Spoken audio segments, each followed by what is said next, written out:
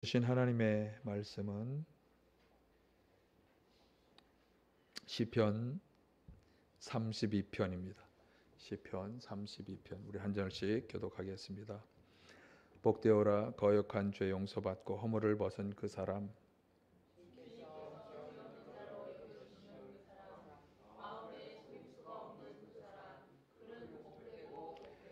내가 입을 다물고 죄를 고백하지 않았을 때에는 온종일 끊임없는 신음으로 내 뼈가 녹아내렸습니다.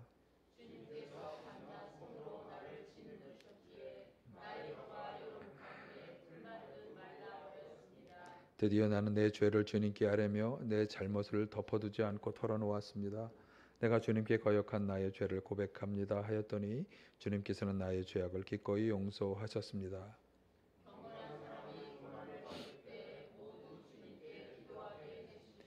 고난이 형 주님은 나의 피난처, 나를 재난에서 지켜주실 분, 주님께서 나를 보호하시니 나는 소리 높여 주님의 구원을 노래합니다.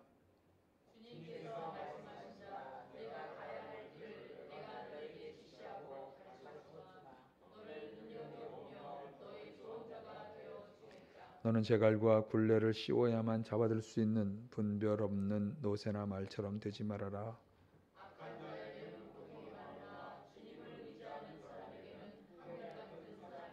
함께합니다. 의인들아, 너희는 주님을 생각하며 즐거워하고 기뻐하여라. 정직한 사람들아, 너희는 다 함께 기뻐 환호하여라. 아멘. 할렐루야. 오늘은 사순절 4주를 지나고 있습니다. 지난주에 회개에 관한 말씀을 드렸는데요. 이 회개라고 하는 주제를 좀 더 생각해 보려고 합니다. 지난주에 드렸던 말씀을 좀 정리하면 우리는 모두 하나님 앞에서 죄인이다. 지금 저 산불을 경험한 사람, 또 지난주에 불의한 총독으로 인해서 학살당한 사람, 또 혹은 막루가 무너지면서 죽은 사람, 이런 사람들이 그들이 어떤 죄인이기 때문이 아니고 그들 그 교훈들을 통해서 배워야 하는 것은 우리 모두가 다 죄인이다. 그래서 누구를 정죄하기에 앞서서 먼저 모두가 다 하나님께 회개해야 한다. 회개하지 않으면 하나님의 최후 심판을 받고 영원한 고통에 지옥불에 떨어져 고통을 당할 것이다. 그런데 마음으로만 혹은 입으로만 회개하는 것은 아무 소용이 없다. 행함이 없는 믿음이 소용이 없는 것처럼 회개에는 반드시 열매가 동반되어야 한다. 그래야 참된 회개다 라고 하는 말씀을 나누었습니다. 자, 오늘 시편 32편 본문은 회개하지 않는 사람이 어떤 일을 겪게 되는지, 회개한 사람에게 하나님께서 베푸시는 은총에 어떤 것들이 있는지 하는 것을 말씀하고 있어요. 사실 죄 혹은 회개라고 하는 말은 사람들이 아마도 가장 듣기 싫어하는 말 가운데 하나일 것입니다. 아니, 왜 멀쩡한 나보고 자꾸 죄인이라고 그러지? 왜 교회에 갔더니 자꾸 회개하라고 하지? 그래서 교회에 와서 이런 얘기를 듣는 것을 불편하게 생각하는 분들이 있습니다. 그러나 우리는 이 회개라고 하는 관문을 반드시 통과해야만 하나님께서 우리에게 주시려고 예비하시고 준비하신 그런 하늘의 은총들을 누리며 살아갈 수 있습니다. 그래서 이 회개는 너무나 중요합니다. 하나님은 어떤 은혜를 회개하는 자들에게 주실까? 자, 오늘 그것을 함께 생각해 보겠습니다. 오늘 본문은 회개에 관한 아주 전통적인 본문 가운데 하나인데, 우리가 잘 아는 이야기, 다윗 왕과 다윗 왕의 부인이 되었던 밧세바의 이야기입니다. 원래 밧세바는 다윗 왕의 아주 충직한 부하 우리아의 아내이죠. 그런데 그렇게 부하의 아내를 취하여 자기 아내로 삼은 것이고요. 또 충직한 부하는 전쟁터에서 죽도록 또 모략을 꾸민 거죠. 어떻게 보면 간음의 죄, 살인의 죄를 저지른 것입니다. 그 죄를 저지른 뒤에 오늘 본문에서 묘사한 것과 같은 고통을 겪어야 했습니다. 3, 4절이 그것을 잘 보여주는데 함께 보실까요? 내가 입을 다물고 죄를 고백하지 않았을 때에는 온종일 끊임없는 신음으로 내 뼈가 녹아내렸습니다. 주님께서 밤낮 손으로 나를 짓누르셨기에 나의 혀가 여름 가뭄에 풀 마르듯 말라버렸습니다. 예. 이것이 번역체라는 걸 좀 생각하면서 원래 의미를 생각해 보면 어쨌든 죄로 인해서 그가 아주 깊은 고통과 짓누름과 또 그 갈급함, 메마름 그런 것을 느낀 것입니다. 특별히 여기 온종일 끊임없는 심으로 내 뼈가 녹아내렸다. 우리가 보통 번역할 때는 뒤에 있는 것부터 해서 앞으로 나가는 게 사실은 옳아요. 그래서 이 번역의 올바른 번역은 뼈가 녹아내리는 것 같은 고통 때문에 온종일 신음하였다. 이렇게 번역하는 게 더 좋겠죠. 그러니까 굉장히 제가 뼈가 녹아내리는 듯한 질병이 뭔가 찾아봤더니 다발성 골수암이라 그래서 뼈가 이제 군데군데 어떻게 보면 부서져 들어가고 이렇게 구멍이 숭숭 뚫리는 거예요. 그러니까 척추가 무너져 내리겠죠. 뼈가 얼마나 아프고 힘들겠어요. 그런 고통 때문에 종일 신음하고 밤낮으로 짓눌리고 그런 영혼과 육신의 깊은 질병을 앓게 되었다. 언제? 죄를 고백하지 않았을 때, 회개하지 않았을 때. 시편 38편도 같은 참회 시인데요. 이것도 다윗 왕의 시입니다. 38편 1절에서 5절도 비슷하지만 좀 더 직접적으로 죄와 연관해서 말씀하는데 한번 같이 보실까요? 38편 1절에서 5절. 주님의 분노로 나를 책망하지 마시고 주님의 진노로 나를 벌하지 말아 주십시오. 주님의 화살이 나를 꿰뚫으며 주님의 손이 나를 짓누릅니다. 주님께서 노하심으로 나의 살에는 성한 곳이 없습니다. 내가 지은 죄 때문에 나의 뼈에도 성한 데가 없습니다. 내 죄의 벌이 나를 짓누르니 이 무거운 짐을 내가 더는 견딜 수 없습니다. 내 몸에 상처가 골마 터져 악취를 내니 이 모두가 나의 어리석음 때문입니다. 이 38편에서는 주로 죄로 인한 죄책감이 육신에 여기 온 몸을 다 고통스러운 질병을 앓게 하는 것을 주로 표현하고 있습니다. 혹시 여러분 죄로 인한 죄책감으로 인해서 이런 아픔과 고통들을 경험한 적이 있으실까요? 우리를 짓누르고 힘들게 하고 정말 참을 수 없는 고통 가운데 잠도 잘 오지 않고 평안도 사라지고 모든 것이 다 온통 메마른 그런 사람이 되어버리는 경험을 하셨을까요? 하지 않는 게 가장 좋겠죠. 왜 이런 일이 생기는가 하면 죄는 하나님과 우리를 멀어지게 하고 그리고 하나님의 은총들을 다 우리로 하여금 멀어지게 그렇게 만드는, 그래서 아주 힘들고 괴로운 삶을 살아가게 하는 뭐가? 죄가 그 원천이 되기 때문입니다. 죄 자체의 문제도 있어요. 우리를 아주 힘들게 하는 죄 자체의 문제. 이건 좀 신학적인 설명이 되겠습니다만 성경에서도 여러 차례 이야기하는 것인데 죄는 한번 죄를 지으면 사람을 자꾸 죄에 빠져들게 하는 우리를 사로잡는 힘이 있다고 예수님께서 하신 말씀을 한번 볼까요? 요한복음 8장 34절 내가 진정으로 너에게 말한다. 죄를 짓는 사람은 다 죄의 종이다. 죄를 짓는 사람은 죄가 자기 종으로 만든다라고 하는 것입니다.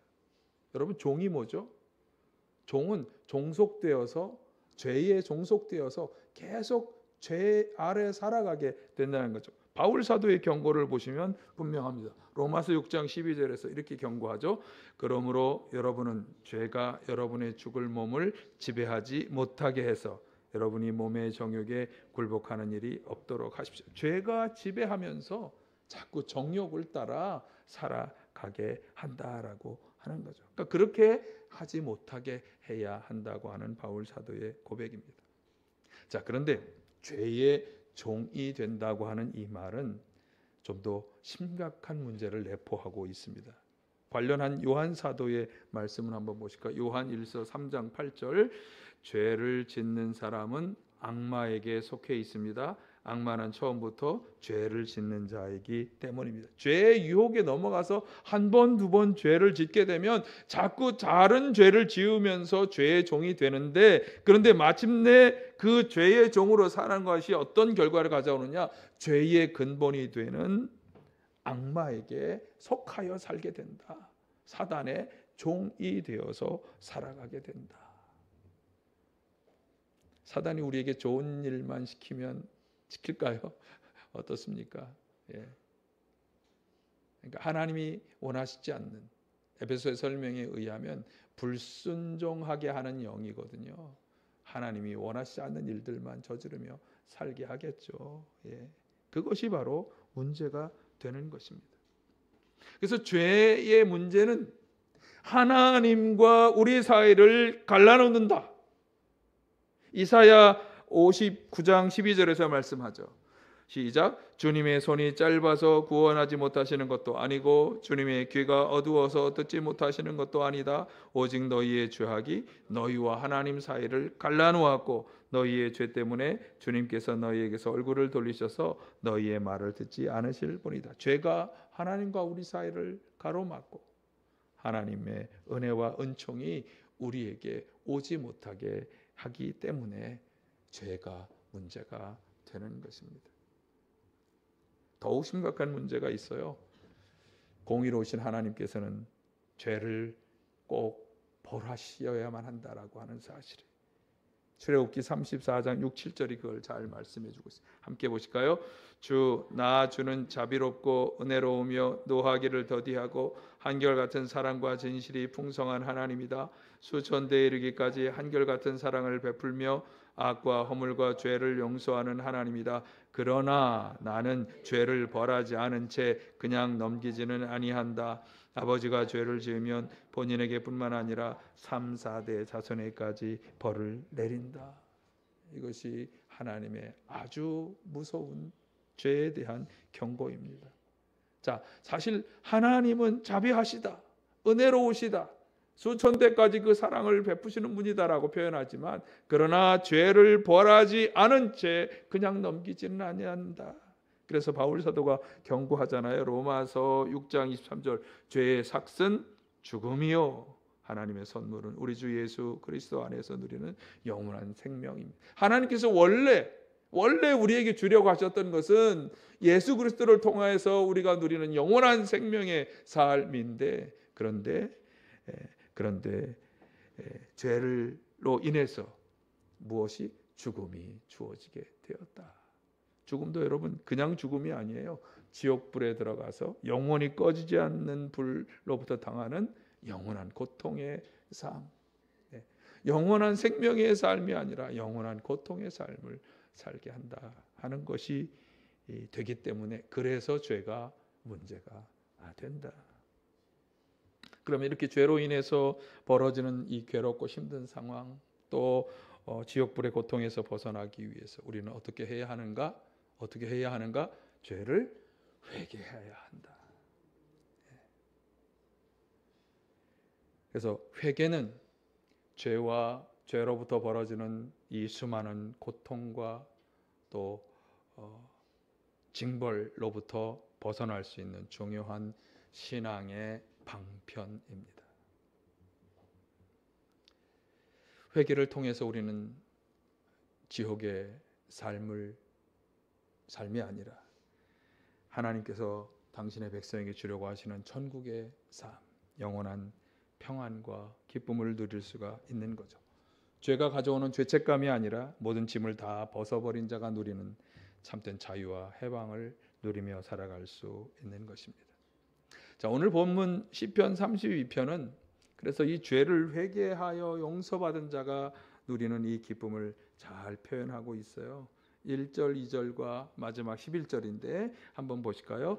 복되어라 거역한 죄 용서받고 허물을 벗은 그 사람, 주님께서 죄 없는 자로 여겨주시는 그 사람, 마음에 속임수가 없는 그 사람, 그는 복되고 복되다. 죄 없는 자로 그러니까 죄인이었지만 이제 죄가 없다고 여겨주시는 것, 회개를 통해서 그런 사람은 복되다, 복되다. 자, 11절 보실까요? 의인들아 너희는 주님을 생각하며 즐거워하고 기뻐하여라. 정직한 사람들아 너희는 다 함께 기뻐 환호하여라. 이 시의 맥락에서 보면요, 이 의인들아 정직한 사람들아라고 하는 것은 죄를 회개하여 다시 의인으로 돌아오게 된 사람, 정직한 사람으로 돌아오게 된 사람들에 대한 말씀에 모두 다 기뻐하여라, 즐거워하고 기뻐하여라. 그러니까 죄의 허물을 벗고 용서받아서 의인으로 정직한 사람으로 회복된 사람에게 주어지는 복, 해방의 기쁨과 즐거움을 마음껏 노래하고 있습니다. 자, 그러면 질문이 생기잖아요. 왜 회개하는 자를 하나님이 용서해 주실까? 회개라는 것이 무엇이죠? 오늘 본문에서도 조금 이따 설명하겠습니다만 자기의 죄를 고백하고 인정하고 고백하고 하나님께 아뢰는 거죠. 근데 내가 저지른 죄들이 다 그대로 있고 죄로 인해서 발생된 결과들도 다 그대로 있는데 그냥 고백만 하면 용서해 주신다? 어떻게 그런 일이 생길 수 있을까? 성경은 예수 그리스도의 십자가 공로 때문이라고 말씀합니다. 우리는 예수님의 공로로 죄의 문제를 해결할 수 있게 된 것입니다. 예수님께서 십자가 위에서 우리 대신 징벌을 당하시고 우리의 죄값을 대신 치러 주셨기 때문에 이 십자가의 공로를 의지하고 자기 죄를 회개할 때 우리는 죄 용서의 은혜를 받는 것입니다. 하나님께서는 예수님을 통해 지은 죄를 용서받고 돌이킬 수 있는 기회를 우리에게 허락해 주신 것입니다. 죄를 해결해 주시는 하나님의 방법은 단순해요. 용서해 주시는 것입니다. 죄 지은 사람이 예수님의 십자가를 의지하여 솔직하게 자신의 죄를 자백하고 용서를 구할 때 하나님께서는 그의 모든 죄를 예수님에게 다 전가해 주시고 이미 그분은 그 죄를 처리하셨지만 예수께로 그 죄를 다 전가하고 우리 회개한 그 사람의 죄를 용서해 주시는 것입니다. 말씀드린 것처럼 회개한다고 해서 그 지은 죄가 물리적으로 사라지거나 죄로 인해 발생된 결과들이 없어지는 것이 아니에요. 회개로 인해서 물리적으로 발생하는 일은 전혀 없습니다. 그러나 영적으로는 죄로 인해 파생된 문제들이 다 해결되게 해 주신다는 거죠. 하나님은 회개하는 자의 마음을 보시고 용서하셔서 모든 죄가 다 깨끗하여졌다고 여겨주시는 것이에요. 이것이 바로 하나님의 축복입니다. 앞에서 말씀드린 것은 원래 죄 지은 자를 반드시 벌하셔야 하지만 그러나 우리가 회개하고 예수 그리스도의 그 십자가의 공로를 의지하여 회개할 때 하나님은 죄가 없어졌다고 여겨주시는 것입니다. 이것이 하나님의 축복이죠. 오늘 5절 말씀이 그것을 잘 확인해 주고 있어요. 보실까요? 5절 드디어 나는 내 죄를 주님께 아뢰며 내 잘못을 덮어두지 않고 털어놓았습니다. 내가 주님께 거역한 나의 죄를 고백합니다 하였더니 주님께서는 나의 죄악을 기꺼이 용서해 주셨습니다. 관련해서 요한일서 1장 9절은 이렇게 말씀하죠. 우리가 우리 죄를 자백하면 하나님은 신실하고 의로운 분이셔서 우리 죄를 용서하시고 모든 불의에서 우리를 깨끗하게 해 주실 것입니다. 단지 자기 죄를 인정하고 고백했을 뿐인데 자비하신 하나님께서는 우리가 지은 죄를 용서하시고 우리를 모든 불의에서 깨끗하게 해 주시는 것입니다. 얼마나 감사한 일인지 모릅니다. 그러니까 우리 인간을 용서하기로 작정하신 하나님의 이 참된 사랑은 독생자 아들 예수님을 이 땅에 보내시고 십자가에서 우리의 죄를 짊어지게 하셨다라고 하는 이 사실에서 드러나는 거예요. 그래서 이 기쁜 소식 복음을 성경은 이렇게 한마디로 말씀하죠. 잘 아는 말씀. 요한복음 3장 16, 17절 함께 하실까요? 하나님께서 세상을 이처럼 사랑하셔서 외아들을 주셨으니 이는 그를 믿는 사람마다 멸망하지 않고 영생을 얻게 하려는 것이다. 하나님께서 아들을 세상에 보내신 것은 세상을 심판하시려는 것이 아니라 아들을 통하여 세상을 구원하시려는 것이다. 예수 그리스도를 통해서 용서의 은혜를 베푸시는 자비하신 하나님. 여러분, 이 하나님께 모든 죄를 다 털어놓으시고 고백하여서 하나님 주시는 죄 용서의 은혜와 또 그에 따른 참된 은혜와 기쁨을 다 누리시기를 간절히 축원합니다. 간단하게 시편 기자가 1, 2절에서 복되다, 11절에서 기쁘다 이렇게 얘기했지만 이제 사실 그 가운데 구절에서 죄 용서의 은혜를 받은 사람으로서 자신이 경험한 죄 사함의 은총을 그가 감격스럽게 이야기하는 것이 6절에서 10절까지의 말씀이에요. 자, 6절, 7절은 첫 번째 그가 죄 사함의 은총을 이렇게 경험했다고 고백했어요. 보실까요? 경건한 사람이 고난받을 때 모두 주님께 기도하게 해주십시오. 고난이 홍수처럼 밀려 닥쳐도 그에게는 미치지 못할 것입니다. 주님은 나의 피난처, 나를 재난에서 지켜주실 분, 주님께서 나를 보호하시니 나는 소리 높여 주님의 구원을 노래하렵니다. 자, 다시 이 구절을 한번 처음부터 보시면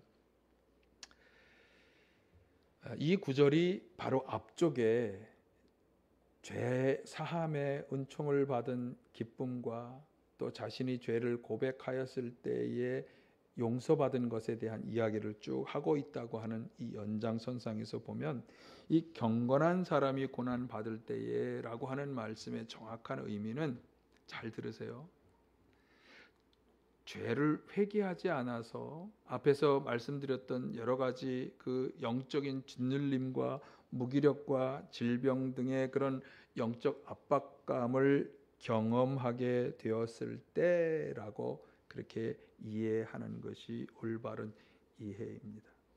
이러한 때 기도하게 해달라는 것은 기도하는 사람이 되게 해주십시오. 회개의 기도를 드리는 사람이 되어야 한다. 그래서 이 구절을 여러분이 가지고 있는 개역개정 성경은 이렇게 번역했어요. 경건한 자는 주를 만날 기회를 얻어서라고 그렇게 번역했어요. 이게 무슨 말인가 하면 이 경건한 자는 뭐냐 하면 죄를 지었지만 회개하고자 하는 마음을 가진 사람이 되어서, 그러니까 주를 만날 기회가 뭐냐 하면 회개할, 주님을 만나서 자신의 죄를 고하고 회개할 기회를 가져서 그 회개를 통해서 죄 사함의 은총을 받을 기회를 가진 사람. 여러분, 이런 점에서 주님을 만나는 기회를 꼭 가지시길 바랍니다. 죄로 인해 우리가 경험하게 되는 영혼의 압박감, 고통, 질병 등을 사실은 주님을 만날 기회를 주신 것이다. 내가 회개하여서 하나님의 죄사함의 은총을 받을 기회를 주신 것이다. 이런 깨달음으로 기도할 때, 그럴 때 자신이 무엇을 경험했느냐?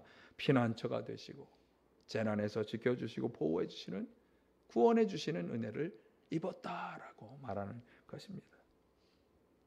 여러분, 하나님은 당신의 자녀들에게, 특별히 죄를 고하고 죄사함의 은총을 받은 자들에게 죄를 용서해 주시는 건 당연한 것이고, 그리고 죄 용서 후에 피난처가 되시고 보호해 주시고 재난에서 지켜주시는 은혜를 베풀어 주실 줄 믿습니다.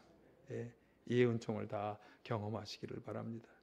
또 하나 하나님이 주시는 은총은 8절에 나옵니다. 8절, 주님께서 말씀하신다. 내가 가야 할 길을 내가 너에게 지시하고 가르쳐주마. 너를 눈여겨보며 너의 조언자가 되어주겠다. 예. 말씀하신 것처럼 이것도 앞에서 말씀한 맥락에서 자신이 그렇게 죄를 회개하였더니 하나님이 어떤 은혜를 더하여 주셨느냐, 가야 할 길을 가르쳐주고 지시하시고 조언자가 되어주시는 은혜를 경험하였다라고 하는 거죠. 그러니까 하나님께서는 이제까지보다 더 직접적으로 가야 할 길을 지시하시고 가르쳐주시고 조언자가 되어주시는 것을 경험하였다. 사실은요, 제가 이 구절을 보면서 하나님은 항상 당신의 자녀들에게 말씀하세요. 가르쳐주세요. 분별하게 해주세요. 그런데 문제는 죄가 그걸 가리는 거예요. 죄가 하나님의 올바른 가르침과 지시와 조언을 듣지 못하도록 가리는 거예요. 그런데 이 죄가 사라지니까 명확한 하나님의 지시가 들려지고 명확한 하나님의 조언을 받게 되는 거죠. 여러분, 죄 사함을 받은 자, 회개하여 죄 사함 받은 자가 받게 되는 이 하나님의 더 직접적인 조언과 지시를 다 받으며 살아가시기를 간절히 축원합니다. 여러분, 혼란한 세상 속에 내가 어디로 가야 할지, 무엇을 해야 할지 막막할 때가 한두 번이 아니잖아요. 그런 때 하나님의 아주 명확한 지시와 조언을 들으며 살아간다면 얼마나 좋겠어요. 그렇죠, 장로님? 예. 이번에 장로님 그걸 경험하셨죠? 예. 그렇게 명확한 지혜와 조언을 주시는 것. 예. 여러분, 이 은총을 경험하며 살아가시기를 간절히 축원합니다. 또 하나 경험한 은총은 10절에 나옵니다. 10절을 보실까요? 악한 자에게는 고통이 많으나 주님을 의지하는 사람에게는 한결같은 사랑이 넘친다. 예. 자, 이것도 말씀드린 것처럼 이 죄를 회개한 것의 맥락에서 살펴볼 때, 자, 우리가 악에게 넘어져 죄를 지었을 때 앞에서 말한 것처럼 그런 고통을 우리가 겪게 되는데, 그것과는 다르게 회개하여 주님만을 의지하며 나아갈 때, 이 주님을 의지하는 사람이 바로 그런 사람이에요. 회개하면서 이제 더욱 주님만 붙잡고 나아가겠다고 나아가는 사람에게는 어떤 은혜? 한결같은 사랑이 넘치도록 경험되어진다. 사실 우리는 우리 가족들과 또 내 친구들과도 사랑을 주고받으면서 살아가요. 아니 뭐 굳이 하나님이 사랑 안 해주셔도 내 가족들하고 내 친구들하고 사랑을 주고받습니다. 그렇습니까? 그런데요, 그 사랑은, 세상 사람들과의 사랑은 쉽게 변하고 쉽게 식어지고 또 조건이 있어요. 가는 정 오는 정, 말로 가는 정 오는 정이지 내가 해줘야 받는, 조건이 붙는 사랑이에요. 그러나 주님께서는 당신을 의지하는 자에게, 회개하고 주님을 붙잡는 사람에게 시종일관 변함없는 사랑, 한결같이 차고 넘치는 사랑을 주신다라고 말씀하는 것입니다. 여러분, 이 사랑이 우리가 경험해야 되는 사랑 아니겠어요? 바울 사도는 그 사랑을 끊어지지 않는 사랑이라고 표현했습니다. 로마서 8장 35절 보실까요? 누가 우리를 그리스도의 사랑에서 끊을 수 있겠습니까? 환난입니까? 곤고입니까? 박해입니까? 굶주림입니까? 헐벗음입니까? 위협입니까? 칼입니까? 예, 환난, 곤고, 박해, 굶주림, 헐벗음, 위협, 칼, 주님의 사랑에서 끊을 수 없다. 38, 39절 같이 하실까요? 시작. 나는 확신합니다. 죽음도 삶도 천사들도 권세자들도 현재일도 장래일도 능력도 높음도 깊음도 그 밖에 어떤 피조물도 우리를 우리 주 예수 그리스도 안에 있는 하나님의 사랑에서 끊을 수 없습니다. 예, 세상의 그 어떤 것도 하나님께서 베풀어 주시는 이 한결같은 사랑을 끊을 수 없는 줄 믿습니다. 예. 하나님은 회개하며 당신을 붙잡고 의지하는 자에게 이 사랑을 베풀어 주시는 것입니다. 자, 그래서 주시는 마지막 권면이 9절이에요. 보실까요? 9절. 너희는 재갈과 굴레를 씌워야만 잡아들 수 있는 분별 없는 노새나 말처럼 되지 마라. 재갈과 굴레를 씌워야만 말을 듣는 고집세고 분별 없는 노새나 말처럼 되지 말라. 그러니까 자기 고집을 내세우면서 회개하기를 거절하고 그렇게 살지 말라. 제가 이것을 세 가지로 정리해 보았는데요. 어떤 고집들을 버려야 하나? 첫째, 같이 보실까요? 시작. 완강하게 자기 죄를 인정하지 않는 자세를 버려야 한다. 우리는 죄인이라고 하는 것을 자꾸 거부해. 내가 죄를 지은 죄인이라는 것을 인정해야 되는 거죠. 두 번째로 하나님의 말씀에 불순종하고 자기가 원하는 대로 살려고 하는 마음도 버려야 해. 이 고집을 내려놓아야 해. 그리고 세 번째, 세상 사람들의 방식대로 살아가려고 하는 이것도 내려놓아야 돼. 왜? 세상에 지난 시간에 말한 것처럼 세상의 풍조는 악하고 뒤틀려 있고 구부러져 있는, 하나님과 멀어진 악한 영이 그 속에 강력한 영향력을 행사하는 그런 세대이기 때문에 바울 사도가 로마서 12장에서 말하잖아요. 여러분의 몸을 하나님께서 기뻐하실 거룩한 산제물로 드리십시오. 이것이 여러분의 드릴 합당한 예배입니다. 제가 사한 제사라고 말씀드렸어요. 여러분이 이 시대의 풍조를 본받지 말고 마음을 새롭게 함으로 변화를 받아서 하나님의 선하시고 기뻐하시고 완전하신 뜻이 무엇인지를 분별하도록 하십시오. 아니, 목사는 사람들이 다 이렇게 살아가는데요. 그거 다 그렇게 살아가는 그것을 우리가 조심해야 한다. 왜? 그것은 하나님의 뜻, 선하시고 기뻐하시고 온전하신 뜻과는 변화된, 그 속에 악한 영이 역사하는 변화된, 하나님이 원하지 않는 것으로 끌고 가는 그런 세대이기 때문에, 그래서 마음을 새롭게 함으로 변화를 받으라. 여러분, 주일날 이렇게 예배를 드린 이유가 뭡니까? 하나님을 만나고 우리가 우리의 마음을 새롭게 하기 위해서 아니겠습니까? 세상 가운데 살다가 너무나 많은 매체에, 뉴스에, 또 이것저것에 너무나 많은 영향을 받았는데 다 떨쳐버리고 마음을 새롭게 하시고 다시 하나님의 뜻을 분별하는, 하나님을 의지하고 바라보는 사람으로 나아가시기를 간절히 축원합니다. 이렇게 여러분이 하나님 앞에 나와 회개할 수 있는 기회를 얻었다고 하는 것은 참으로 복된 것입니다. 많은 세상 사람들이 이것을 모르고 여전히 죄악 가운데 살면서 알지 못할 죄책감과 고통에 괴로워하고 있기 때문입니다. 예수 그리스도로 인해서 우리가 얻게 된 이 회개의 기회, 여러분 이 기회를 잘 살려서 회개를 통해 주시는 하나님의 은총을 다 받으시기 바랍니다. 용서의 기쁨과 평안과 자유를 누리시기를 바라고, 주님의 인도와 사랑 가운데 항상 우리를 지시하시고 조언해 주시는 인도를 잘 받으시고 변함없이 한결같으신 사랑을, 그 사랑 가운데 살아가시기를 간절히 축원합니다. 고집 부리는 노새와 같은 태도를 버리고 항상 주님을 생각하라. 이것이 11절 말씀 아니겠어요? 11절 다시 보실까요? 의인들아 너희는 주님을 생각하며 즐거워하고 기뻐하여라. 정직한 사람들아 너희는 다 함께 기뻐 환호하여라. 늘 주님을 생각하면서 회개를 통해 의롭고 정직한 사람의 자리로 회복되어서 주님이 주시는 참된 즐거움과 기쁨을 누리며 살아가시기를 간절히 축원합니다. 사랑의 아버지 하나님,